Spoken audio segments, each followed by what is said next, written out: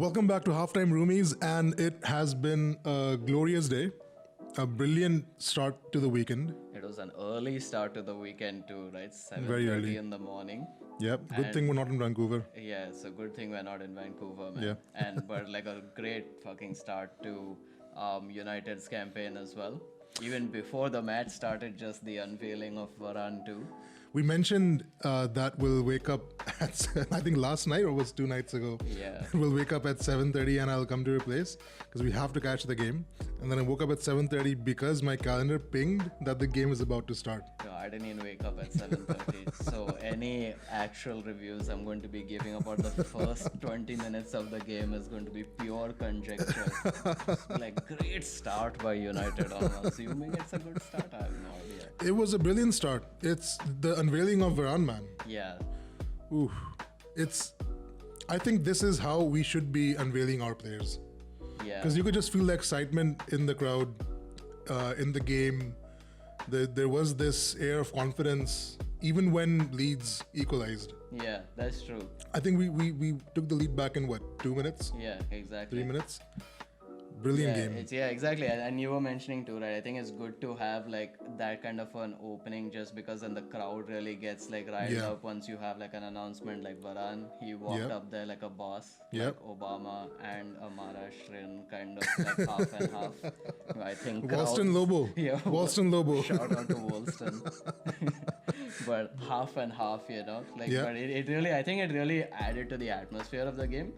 Yeah, man, I think like even the players kept saying that it's good to have the fans back. You could really feel that it was like full capacity again. You know what's really good to have back? The four Sardars.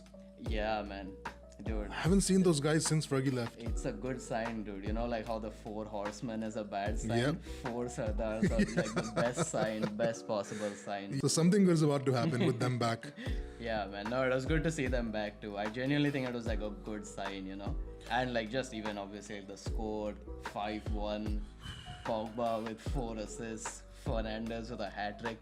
Oh man. You couldn't ask for like a better start, man. Also for me, I think because Rashford is injured and Greenwood needs to kind of cement his place. I mean, he's 20 years old. He's 20 years old now. Yeah. He's been playing for the last couple of seasons, and he's played well for a youngster his age.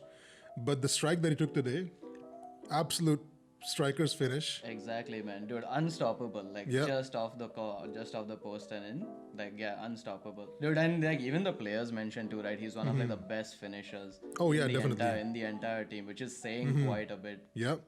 And also, what really excites me is the defense, because even though we did leak the goal, and it was a good goal, Yeah. by the way. Yeah. Apart from the Henderson De Gea dilemma that we have, that I hope Oli solves this season permanently. Just I'm salivating at the fact that Maguire and Varane are going to be there together. Yeah, man. And then you have- Lindelof got one of the assists though, right? Yeah. I think that Lindelof was- got an assist. Yeah. But they look very confident at the back. I think you can really see Maguire's growth like from like the past year, but even Yeah. post the Euros too, he looks like a lot more self-assured. Yeah. Last season there were moments where he was like stumbling.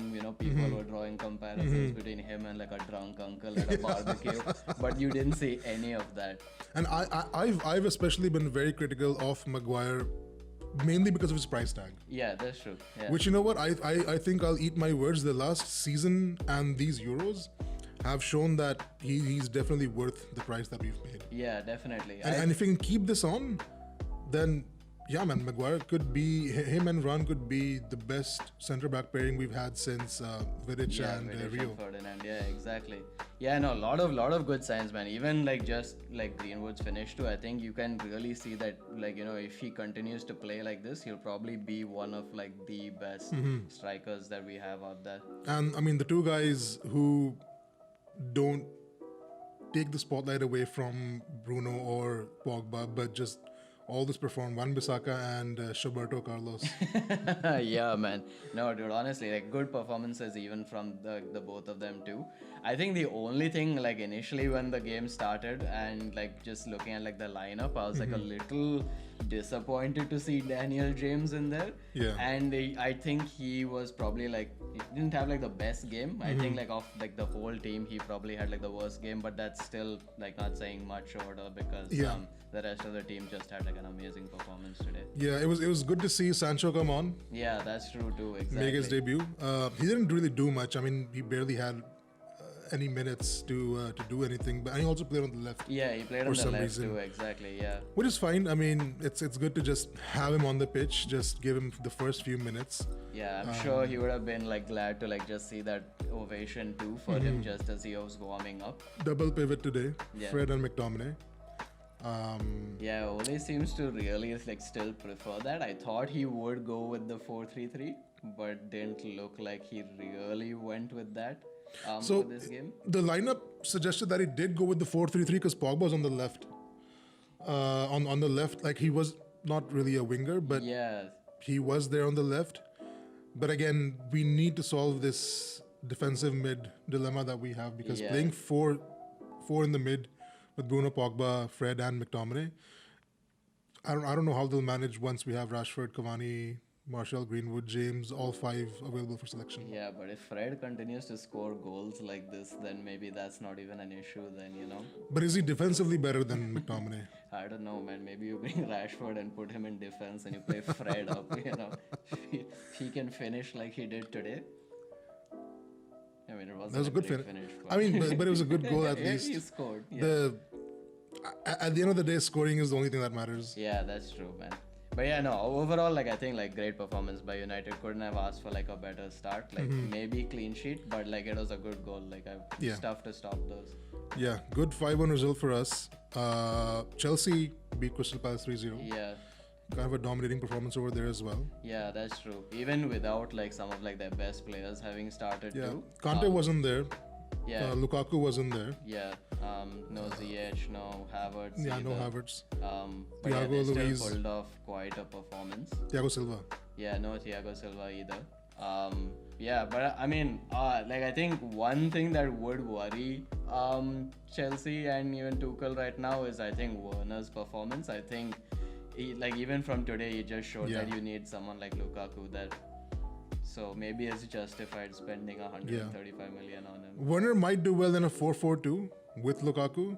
Because remember Maybe, yeah. that cross or shot, whatever he was trying to attempt. Oh my god, that was It terrible. just went nowhere. I don't even know what he was trying to do over there, man. Yeah. I think he thought someone was there and then he tried to like pass it in, but like yeah, no man.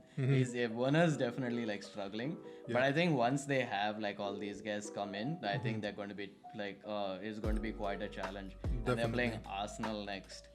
Yeah, I mean they have 7 days, right, until the next game. Yeah. And Lukaku he's confirmed, everything's done and signed. Yeah, Tuchel said he's going to start against Arsenal. So, I'm guessing they'll have the complete first 11 start yeah. against Arsenal. I have a feeling, man. And if Lukaku plays against Arsenal, Arsenal have like a lot more to worry about. And Arsenal have always struggled against like a strong like Chelsea forward. Too. Yeah. Like how badly they've done it, like someone like Drogba. So now you have someone Diego like Lukaku. Costa. Yeah, exactly. I think he's going to like bully them again. Yeah. So And with this defense, Arsenal had the only guy they were missing was Gabriel against Brentford. Yeah. They lost 2-0. And they lost 2-0 to Brentford, man. It's honestly it's shocking, dude. I would not be happy as an Arsenal fan. But see, this is what I said in the last episode, that I think Arsenal is worse this season than the last season, despite getting Ben White, Lokonga. Yeah. I think they might get Odegaard back on loan, it seems. Yeah. Yeah, but yeah, man. I mean, I can see like they didn't play Lacazette and they didn't play like Aubameyang. They can maybe like say like that was the reason why. But I mean, there's rumors right now saying that they might even sell Aubameyang, which means they have like even more problems than we thought that they had. Yeah, man. It's not a good time to be an Arsenal like fan, but I think it's a good time to be hosting Arsenal fan TV. Definitely. I think you just get like a lot more like non-Arsenal fans just coming in to like just enjoy the shit show that ensues after. You know?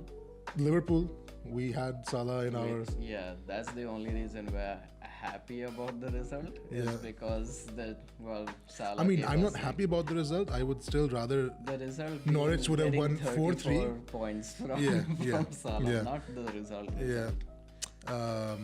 Van Dijk's back.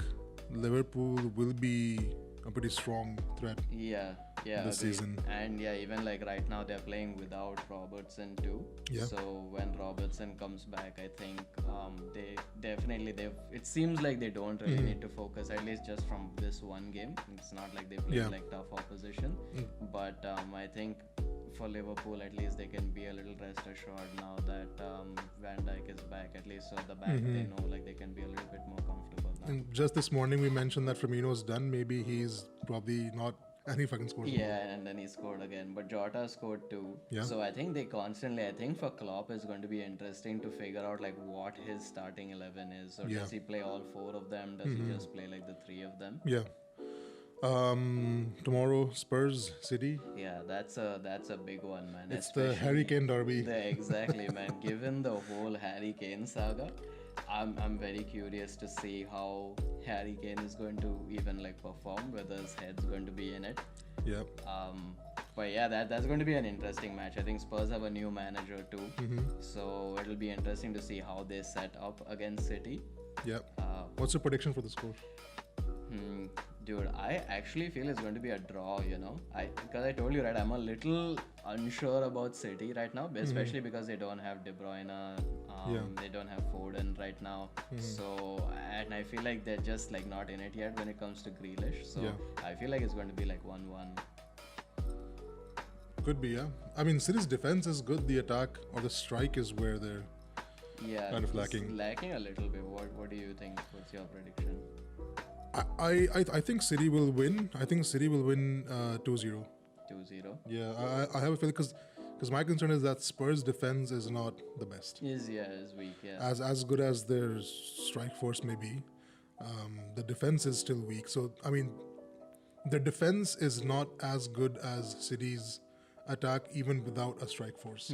Yeah, no. So yeah, I see. Mahrez, Ferran Torres, Sterling, Bernardo Silva, Grealish. I think they should be good enough. Yeah, to get a couple of to get goals. a couple of goals. Yeah, I think so. I just feel like, you know, with Nuno having joined like the managerial team too, I feel like he might organize them a little better. Could be. I mean, at he's the a good back. manager. Yeah, He's is done well with Wolves. Yeah, with Wolves too. So I feel like he might do a little. Could be. Like he might pull off a little magic with Yeah. them, like just defensively when it comes to that organization. So Yeah. that's why I have this feeling it might just be like 1-1. Or, like And a draw, again, I have basically. no Spurs guys players in my FPL. I have no City players in my FPL, and I don't want City to win the league. Yeah, So I hope your prediction comes true. I hope so too, man. I think that's the wrap up for this week. But next week we play Southampton away. Yeah. Predictions for that? I'm going based off like my emotions right now because I think United has put me in a good place now. I think they're going to continue this kind of free flowing play. I think it's going to be like at least like United to win by at least 2 goals. I'm saying maybe even 3. So like a 3-0 is what I'm Yeah. going for.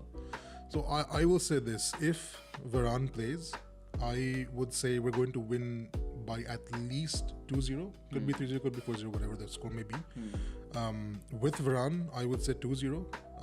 Without Varane, I want to say 2-1.